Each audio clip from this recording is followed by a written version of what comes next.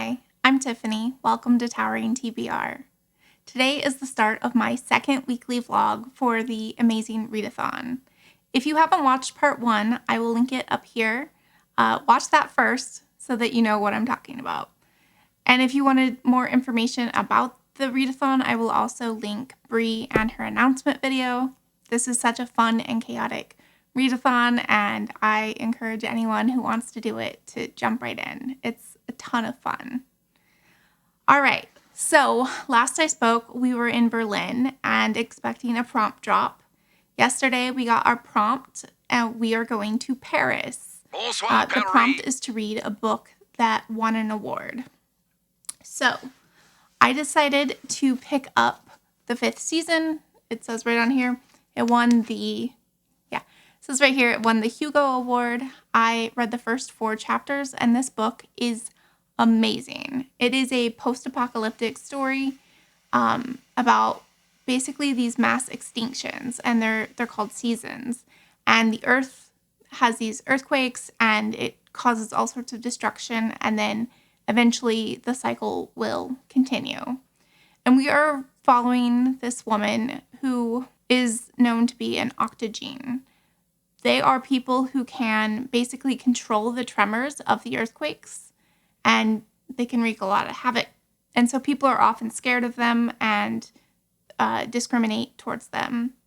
We find this mother who finds her 3-year-old child beaten to death, and it turns out it was his father. He killed the child for being an octogene, and yeah, it was really intense. There's also a ton of world building, a ton of new words. This is going to be difficult to get through. Like, there are 2 appendices with all sorts of new terms, and I realized there's no way I'm going to be able to finish this in 3 days. I am not DNFing it because it is really good, but I am putting it down for right now because I want to be able to get to Paris in a timely manner. Hopefully it'll fit a new prompt in the future, but if not, I'm sure I can find a sightseeing prompt for it to work. I have now finished Foundryside. This was really good. It was all about Sancha, this thief, and she is set on this mission to steal a magical artifact, and in doing so, changes up everything. The ending doesn't really end on a cliffhanger, but there is definitely stuff to intrigue you to pick up the second book in the trilogy. I think I'm going to give this 4 stars because I liked it. It was fun and fast-paced, but I'm not feeling like I need the sequel right away. I will read the sequel, just I'm not going to try and squeeze it in this month. I'm not able to submit the 500 points for sightseeing just yet because I need to finish a leg book before I'm able to submit these. That will happen as soon as I finish my Paris book. So you might be thinking, what is your Paris book? I have decided I'm going to read Southernmost by Silas House. This is a general fiction book, but the author is LGBT, so I'll get that. I've read Silas House before. I read his book, Lark Ascending, and absolutely loved it. He is a Southern/Appalachian writer, and the audiobook is such a joy to listen to because narrator has such a thick accent. It really helps immerse you in the setting. So we're following this preacher named Asher, and we open up with this catastrophic flood that has hit the area where they live. And they are going around trying to rescue people and trying to find people safe. And his son actually gets away trying to look for his dog. And these 2 men return the boy and also help some other people who were about to be washed away in the flood. But then it comes out that this couple is gay. They're homosexuals, and when they show up at his church, he tries to preach tolerance and no judgment, but basically his wife and his congregation turn against him. I think he's basically fired as a preacher. Like, that hasn't happened yet, but like the congregation has let them know that they're unhappy with him. And he's also got this relationship, or well, lack thereof, from his brother who is gay. He's really thinking, what if it had been my brother that came to somebody's door and needed help and were refused because of his sexual orientation. And so that makes him a lot more empathetic. He's also really questioning his faith. They say something along the lines of, I believe in God, I just don't believe in church. And so that is really fascinating to read about. I'm hoping I can read this quickly. It's 336 pages and I'm adoring it. So I think I could get this before the next leg drops. Bree also announced what Faceoff Weekend is going to look like. So from noon on Friday to noon on Sunday, for those 48 hours, there's going to be some sort of scavenger hunt, almost like a mini game, and the teams will have to work together to try and find the missing objects. One thing Bree said was that you can't do like catch up with a leg and sightseeing and Faceoff Weekend. You can't do both. And as much as I want to get involved with the Faceoff, I might have to choose to read for legs in case I get a little bit behind. So we'll see. I'll play it by ear.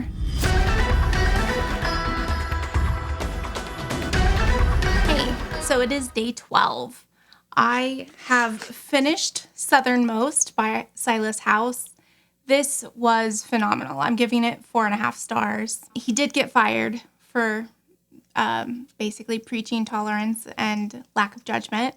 The hypocrisy of literally one of these men saved a little girl and her father in the rushing flood, and yet they are still not wanting the gay people to attend their church. And this book is so much about regret and about striving to be a better human and reflecting on what you've done wrong and how you can make it better. He did get fired from the church, like I mentioned, and there was a bunch of fallout from that. The whole book is basically what happens because he tried to include homosexual people in his church. Phenomenal read. The audiobook was great, and this book was 336 pages. It does not get the genre bonus, but it does get the LGBT author bonus, so that would be 386 points. I decided to pick up a reread, the poetry collection Don't Call Us Dead by Danez Smith. They are a non-binary, queer, Black person, and the collection is mostly just about how they don't feel like they have control over their own body, about how police will shoot Black bodies, and when the author gets HIV, they also talk about how having this immunocompromised system makes them feel like they're not in control of their body either. This is such a good collection. I'm not even a poetry reader, but when I read this, I was blown away. And the second read was even better. I'm going to share a few stanzas, but I highly encourage you to pick this up if you're at all interested in poetry.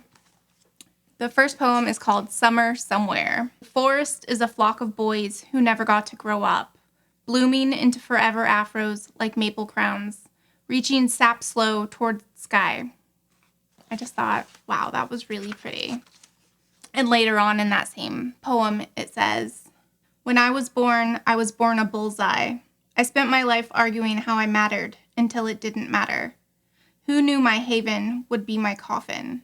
Dead is the safest I've ever been. I've never been so alive.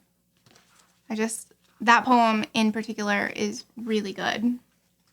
I'm going to read snippets from 2 more poems because I just absolutely love them. This is from a poem called Every Day is a Funeral and a Miracle. Today, Tamir Rice. Tomorrow, my liver. Today, Rekia Boyd. Tomorrow, the kidneys. Today, John Crawford. Tomorrow, my lungs. Some of us are killed in pieces. Some of us all at once.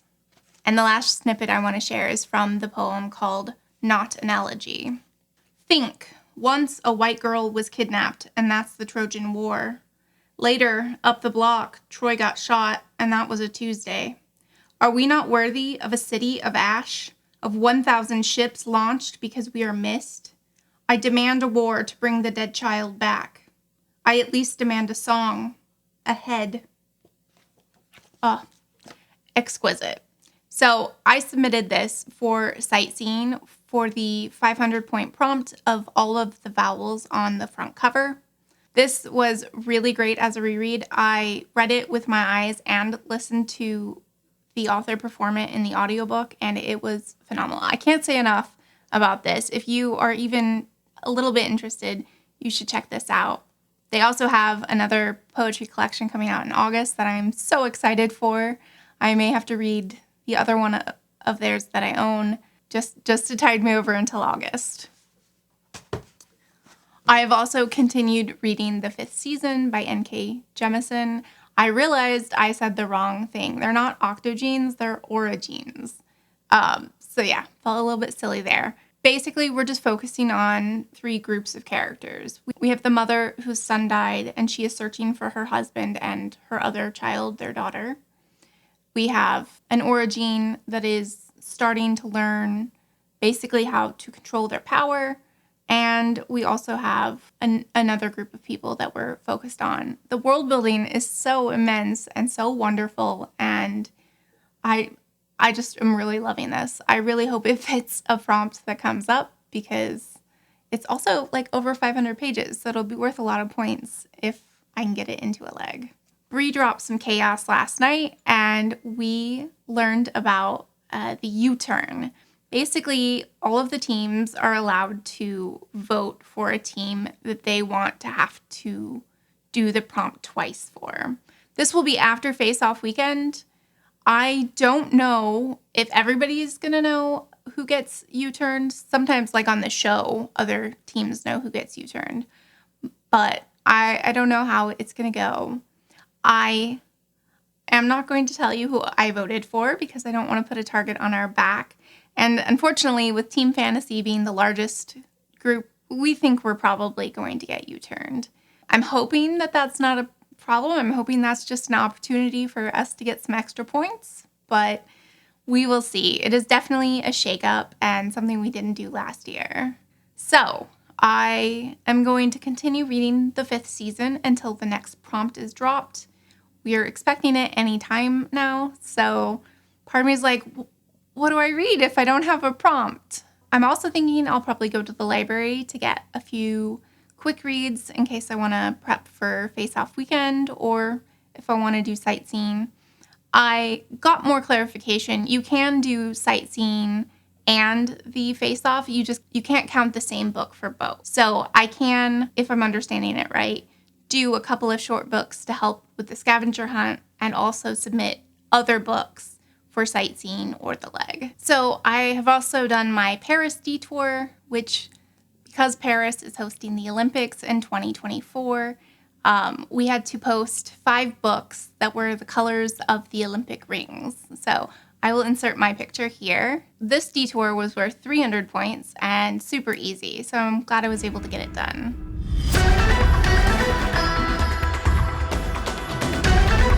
Hey, so it is still day 12. We are going to Cape Town, South Africa. The prompt is to read a book that has some sort of nature on the cover, and I haven't been able to decide. The 4 that I think I'm going to choose from, the first is The Shadow Cabinet by Juno Dawson. This is fantasy and a queer author, so I get both bonuses. And we, in the Discord, the moon is considered nature. I realized you can't count animals, because originally I was going to count the moths, but the moon works. Speaking of the moon, I also have this middle grade fantasy, Moonflower by Kacen Callender. It is fantasy and a queer author, so could do both. And it's a middle grade, so it would probably read faster. Then I have this sci-fi I've really been wanting to pick up, A Half-Built Garden. And as you can see, well, one garden word is a nature word, but there's like the fluff of a dandelion. And Roses in the Mouths of Lions. Obviously, there are plants on the cover. And this is a queer story about 2 women who, I guess, can't be together. I will let you know what I decide on, and I will update you when I have got it started.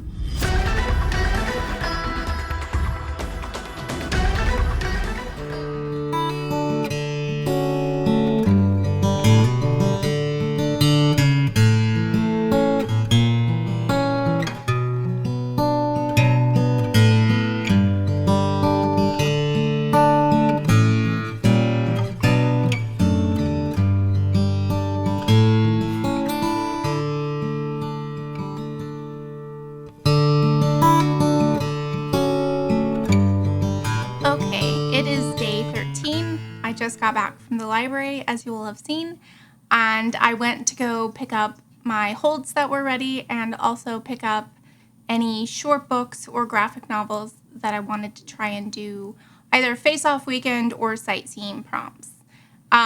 It's a bit all over the place. I probably can't tell you much about each book, but I am excited to have so many options. I'll start with the graphic novels and memoirs first. The first one I found was Be Gay, Do Comics. This has a very colorful palette. I think it sounds really interesting, so I think this might be a good contender to pick up this weekend. They're all going to be good contenders, I shouldn't say that. I also picked up Mimosa. The first line in here says Minneapolis Queers, so it's going to be some sort of queer story. And yeah, good choice. Again, all of them are going to be good choices. I found Sunhead, and this has such a gorgeous palette. It's all pinks and peaches. Lightfall. I don't know if there's any queer representation, but I have seen Heather over at Too Many Heathers talk about this, and she really likes it. And I think it's a trilogy, so if I like it, I can get the next two. Over the Garden Wall. This looked adorable. I'm very picky about my comics. I don't like there to be way too many details because that can be hard for me when my eyes are hurting when I get migraines. So I like the I guess it's kind of childish, but I like the very clean palette of this one. Taproot. Another bright, colorful one. Homebody. This is a graphic memoir. It's all in shades of purple. Cool. And this is one word, and there's one person on the cover, which I know are some sightseeing prompts, so I might use this as a sightseeing prompt instead. And the last graphic novel is Other Ever Afters, Queer Fairy Tales, and it's also a gorgeous pastel colors. So, very excited about all the graphic books. Oh, I missed one. Okay. And we have Basil and Oregano. This is supposed to be super cute about these two girls who do some sort of cooking competition. But it looks beautiful. All right, so now I'm actually done with the graphic stack. Now on to short books. Some of these are going to have queer rep, and some of these are just holds that became ready, and I kind of let them slip through the cracks. So I won't probably get to all of these. First is Childhood's End. This is a classic science fiction novel by Arthur C. Clarke, who is a gay man, I'm pretty sure. I will double check if I submit this. There is Jamie by L.D. Lipinski. This is a middle grade about a non-binary child who, after elementary school, has to choose a middle school, but there's either a middle school for boys or for girls, and they don't feel like they are either. I've seen Chattie over at Chattie and the Mad Chatter. I'll link her. Talk about this, and she's adored it, so I would really like to get to it. Unfortunately, it doesn't have an audiobook yet, and we'll see. With me doing a lot of reading, if I have any migraines, I may not be able to pick this one up. This one probably won't be for this weekend, but I'm hoping to fit it as a leg prompt. Can't Spell Treason Without T. This is a self-published cozy fantasy, and it's supposed to be similar to Legends and Lattes by Travis Baldry, and I really liked that book, so I want to give this a chance. It's not short, though, so not this weekend. How It Works Out by Miriam LaCroix. This is a story about two queer girls who can't be together. Lie With Me by Philippe Besson, translated by Molly Ringwald. Yes, that Molly Ringwald, the one from the John Hughes movies. She translated this from French, and it's quite slim, so I'm hoping I can fit it in. Another new release, I got Lost Ark Dreaming. This is supposed to be a futuristic sci-fi book, like climate fiction, also very slim. The Employees by Olga Ravnin. This is also translated, I believe. Yes. This is translated by the Danish by Martin Aiken, and this is supposed to be a sci-fi book about humans and humanoid, like AI. Looks interesting. Those are all my options. I think I have too many, probably. But I don't know what the prompts are going to be, so I had to over-prepare. So I decided to pick up the Shadow Cabinet. I am going to fly this round because it's only a little bit more expensive than using the boat. And this is 504 pages. So that will double my page count and feels like it's worth it. Unfortunately, I can't tell you anything about this book because it's the second book. But I will say, if you've read the first book, this picks up exactly right after the ending of book 1. There was a shocking cliffhanger reveal, and thus far, nobody's caught on yet. Or I shouldn't... It's tough. I can't really talk about it, but I am intrigued, and there seems to be a larger plot that ties into the first book quite a bit, and I'm excited to see where it goes. I probably won't give you any updates on this until it's done, because I can't say anything without spoiling it. We have Faceoff Weekend starting in exactly 24 hours from now, and I am not far through this book. Let's see. I'm at page 105, and it's 500 pages. So I am going to be working on that. The detour is going to be a picture from our point of view at exactly noon in our time zone. For me, that's in about an hour. So I will insert the picture I took here, and you can see whatever my point of view was, and I will get 200 points for that detour.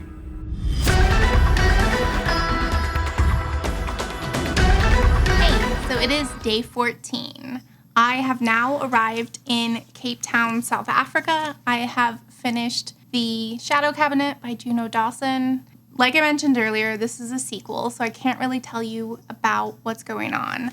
But I did want to point out that there's like a who's who of like all the characters we met in book 1 and how they're related to other people and what their powers are, and that was immensely helpful. I only read the first book a couple of months ago, so I hadn't really forgotten yet, but I am one of those people who does not finish series quickly, and I feel like all books should do that. That was very helpful. So I finished this just after Face-Off started, but the leg hasn't ended, so I submitted my points. This was 504 pages. I am using the plane to double my points, which is 1,008 points. And then this is also fantasy and a queer author, so I get an additional 100 points. So I have submitted 1,108 points, and I really enjoyed this. I give it a 4. It very similarly had a lot of things happen, and then there was something very surprising at the end, and made me kind of want to like go back and reread. I will have to do that before the third book is out. We don't even have a date for that yet. So for Face-Off Weekend, I am planning to do a bit of sightseeing to get my team more points, and a bit of the Face-Off scavenger hunt. Thus far, all we know is that we need to be submitting books, and once we hit whatever threshold it is for our first item, then we will get a choice on whether we want to play basically on easy, medium, or hard. Obviously, easy is going to require less books, but it's not going to be worth as many points. I'm not really sure what my team plans to do. Our team is so big. I think we have at least 600 people, so there's no real consensus, but I think everybody's just going to kind of be doing their best. Bree did announce a fast forward option, which I think is really fun. Basically, you can pay GRC to just skip a leg if you're behind, but every time you do, it costs more GRC. So like the first one I think was 350, and then the next one I think is going to be 500, and then I think the next one was 700. So we don't have a ton of GRC. I don't think anybody's going to skip more than 3 times, but I am caught up, so I don't need to use it yet, but it's handy to have that in my back pocket. I do plan to continue reading a little bit of the 5th season. I'm hoping that this will fit a future prompt, and honestly, there's so much world building, I really don't want to lose my momentum on reading this. So I'm definitely going to prioritize reading some of this. The only thing else I know for sure that I'm going to read this weekend is My Brother's Husband by Gengorah Tagame, Volume 1 and Volume 2. I'm pretty sure I'm going to use these for sightseeing points because combined I can get 800 points. and that feels probably more worthwhile than the GRC. But we will see. I am not probably going to read very many host favorites, which means I don't know of another way to get GRC. So that's one of the reasons I want to participate in the face-off. I will update you as I can. We had a very big storm last night, and that gave me a killer migraine. So we'll see what happens today. I'm going to try and participate as much as possible. The Discord is popping. There's so much action on there, and I'm just having a really good time.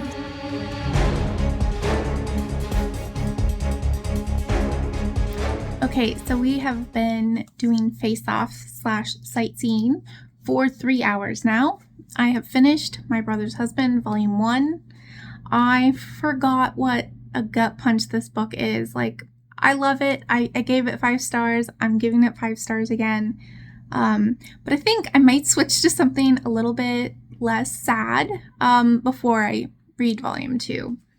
Did want to point out a page that basically made me cry.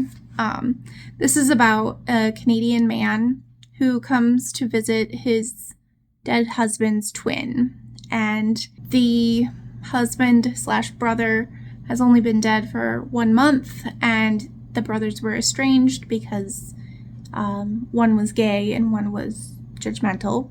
Yeah, it's this really beautiful story about his niece. She instantly takes to him, and when they say men can marry men, she's like, cool, okay. And she's very accepting and loves people, and Japanese culture, at least at this time, was very homophobic and very much a just don't talk about it kind of stuff. And so he's really having to challenge his preconceived notions of homosexuality and judging people because of it. And it's just so good. It's so good. Yeah, I'm excited to pick up Volume 2, but need a break because this is sad.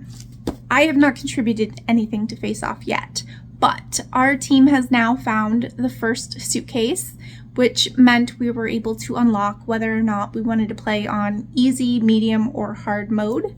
Pretty sure it will be over by the time I post this, so I'm going to let you know we voted medium. Technically, I actually voted easy because there's a lot of people who said that they couldn't participate, and we're going with medium because that's majority rules. So I will check in when I've read more.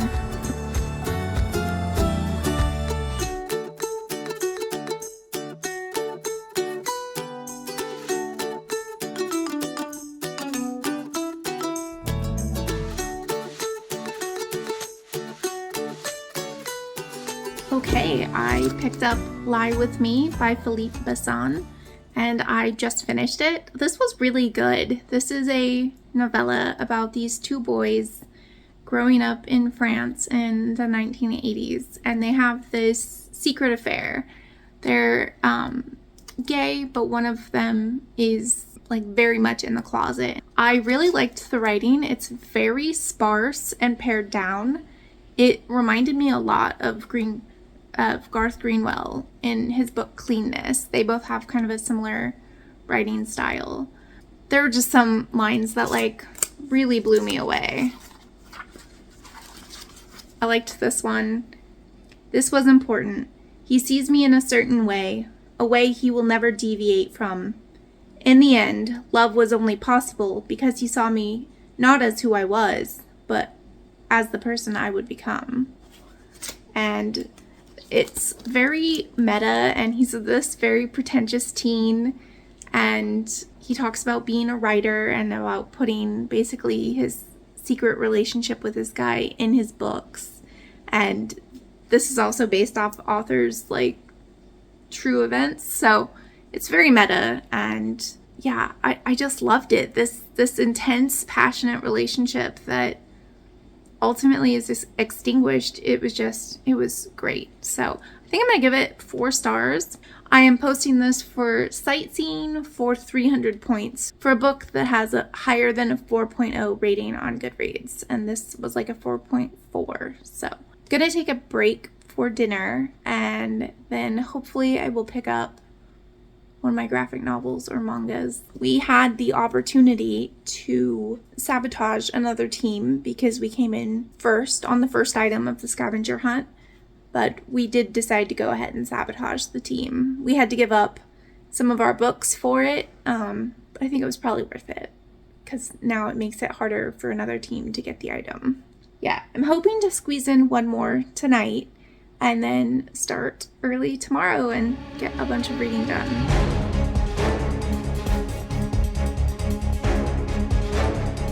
Hey, so it is day 15. I have read 2 more books. The first one that I read was actually a play on Audible called I Am My Own Wife by Doug Wright. This tells the true life story of Charlotte, a transgendered woman growing up in Germany during the Holocaust and also during the communist regime when Germany splits in half. It was a very intriguing story about what it was like for her to just be herself in the most oppressive regimes. I actually have seen the play. I saw this play back when I was 19. It was a one-person show. It tells her story of survival, and it was immensely fascinating. I decided to submit it for sightseeing because it had exactly 5 words, which gives me 500 points. I then picked up Over the Garden Wall, Volume 1, and this is by 2 different authors. The first is Jim Campbell, and the second is Amalia Lavari. I think I'm going to give this 3 stars because these are 2 separate stories that don't really seem to go together. The first story is about this young boy, and he's on an adventure with his stuffed raccoon and his pet frog. And they are coming across people and animals and just kind of going on this little adventure. And it was very sweet. I really like the art style.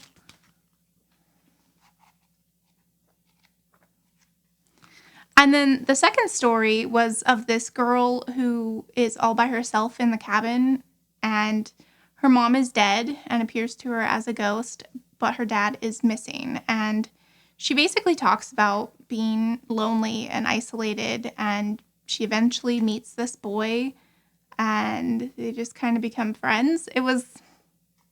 I don't know why they packaged the 2 stories together, because especially the second story had quite a few big words that, I mean, I think this is intended for kids, but the vocabulary in the second one definitely was not for little kids.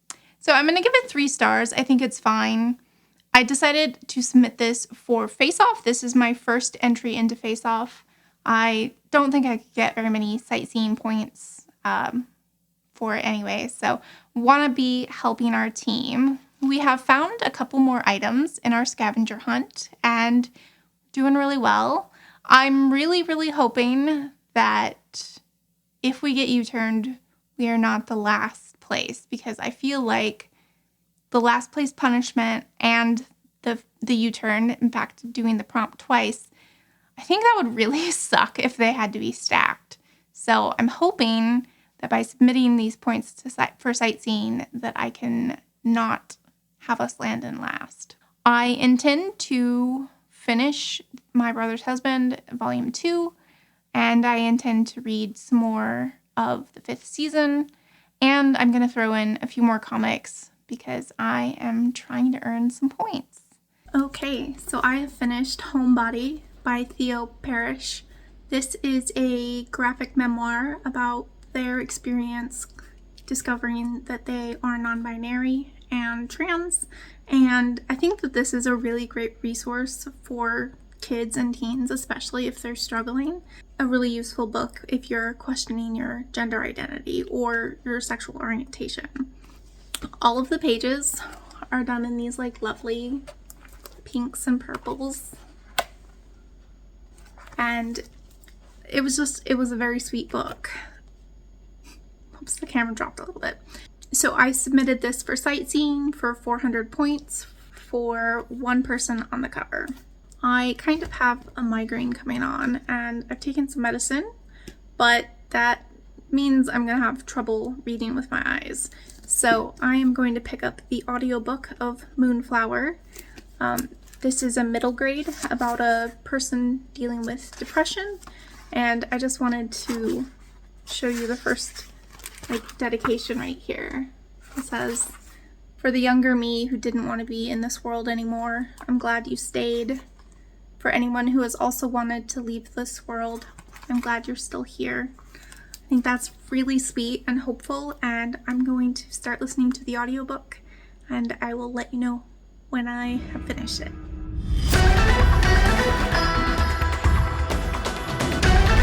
Hey, so it is day 16. We have finally finished Faceoff, and Fantasy and Spooky Team both tied for first, so we got 500 GRC to add to our banks. We found out the U-turn. The Sci-Fi team has been U-turned. They are the smallest team, so maybe they're a bigger threat. Not really sure, but I'm glad it's not us.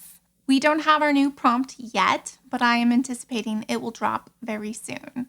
I stopped filming because I got a bad migraine, so let me update you on what I read over the weekend. I picked up Moonflower. This is a middle grade book about a child who has depression, and he can travel to the spirit worlds. And he is desperately trying to find a way to stay in the spirit world because of his depression. He just wants to die, and hearing a child talk about that was unfortunately way too triggering for me. I got really emotional and just had to stop. So I read 40 pages, but this is going to be a DNF. I also finished My Brother's Husband, Volume 2. This continues on from Part 1, where we get to continue to see Mike sort of challenge our protagonist's kind of ingrained homophobia, and he really starts to be more inclusive and think about how difficult it is and how he can make things easier. And it's a beautiful story. I genuinely love it so much. 5 stars, and I submitted it for 300 points for a book that involves travel. Lastly, I have read a bit more of the 5th season. It is gotten really dark, and yeah, I'm still intrigued, and I'm going to keep going. I really hope this fits for a later prompt because I still have a lot to read. I'm on page 152, and there's over 500, so this will take a while, but I'm going to keep reading it. And if you want to see where we're going next week, make sure to subscribe so you can see all my future vlogs. Thank you so much for joining me on this. What are you reading, and is it amazing or terrible? Let's have a chat down in the comments below.